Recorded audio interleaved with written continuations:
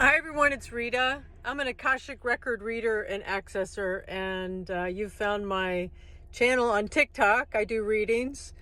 I teach the Akashic records. I did so at the Edgar Cayce Center in Houston. I was just listening to an Edgar Cayce share, and so it's Casey. That's how it ends. It's not Case, so it's always cute. You know when the AI is reading something. They kept referring to Edgar Cayce. And they kept talking about kind of karmic stuff. And I had one of my Akashic members kind of ask about karmic stuff. And I don't think they were really happy with the answer, but maybe they're okay, So basically, everything's happening at the same time, past, present, and future, right? The healing work that we do on ourselves actually helps generationally back. So if you can start to kind of get your kind of head around that, because we're vibrational beings, we're energy. In fact, Dr. Bruce Lipton, that we interviewed for the film I'm working on, Revelation of You, and his nephew Alex just posted a piece on YouTube about Hermetic, one of the Hermetic principles. And it's this knowing that we're energy. We're energy, and that what light is what we see is a reflection of light off the biophotons that we are. Anyway, so it was a very interesting share that he did, and he talked a little bit about that in the interview that we did. Edgar Cayce started a center called ARE and a hospital in Virginia Beach, and you can still go to the hospital and the office there in Virginia Beach, and they have a beautiful labyrinth there. But they didn't mention is that he lost that hospital before he died, and he never got it back. But he was accessing the Akashic records from a place of sort of basically kind of being under, not conscious. And he had a scribe. There was a person scribing and that would sit there when he was doing a reading for somebody. 70-80% of his readings were people that came to him for help. And so they took that body of knowledge and created a healing hospital.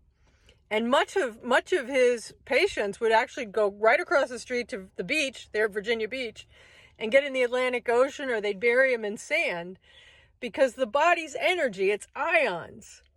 Unfortunately, John Rockefeller kind of messed us up on this because he wanted to influence medicine back at the turn of the century. So Harvard and Yale, which were using magnets at the time to help people heal, helping the ions go correctly, kind of got pushed out of those sort of things in the teaching aspects. And so they only taught allopathic medicine because Rockefeller offered large endowments if that's all the people would teach. And I don't know all the intricacies of that.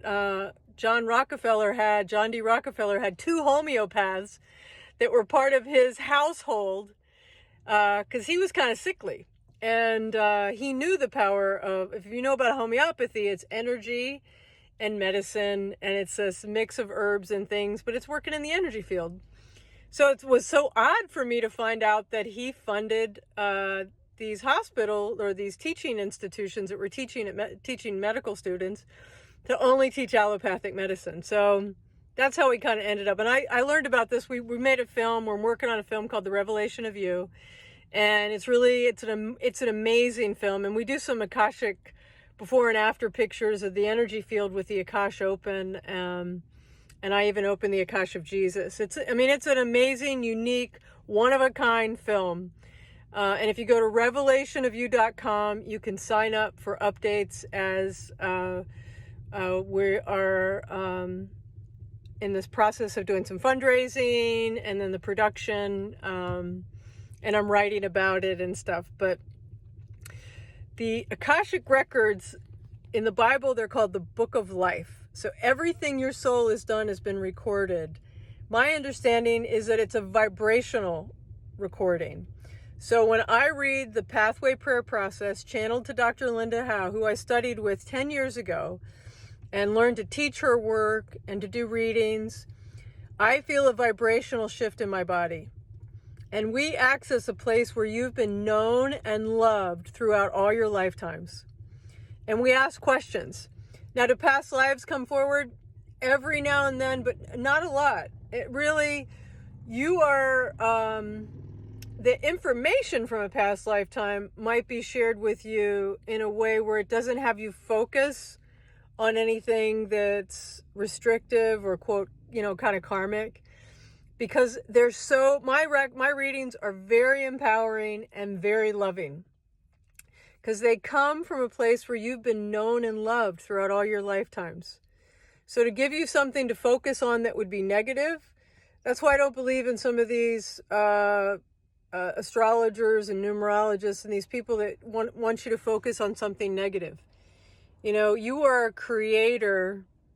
If you look up the double slit experiment, we even experiment a little bit with that in our film, because the double slit experiment is an experiment that showed that when you focus on something, you can change the course of the energy and the light. And Einstein was getting ready to talk about this right before he died. And because if a scientist thinks that they know the outcome of an experiment, they will influence it.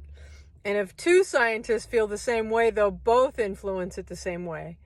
So it's really important for you to understand that that's because you're powerful creators and you create in the energy field because you're mostly energy. Anyway, I just wanted to touch base about Edgar Cayce. It's Casey. And they did get his hospital back. He didn't see it in his lifetime, but he's not really dead. He's still here. So he's in that space of knowing he got his hospital back. You can go to his hospital healing center, and you can go to ARE in Virginia Beach, and the building's right next door. They do workshops. There's beautiful meditation areas, some huge, beautiful crystals.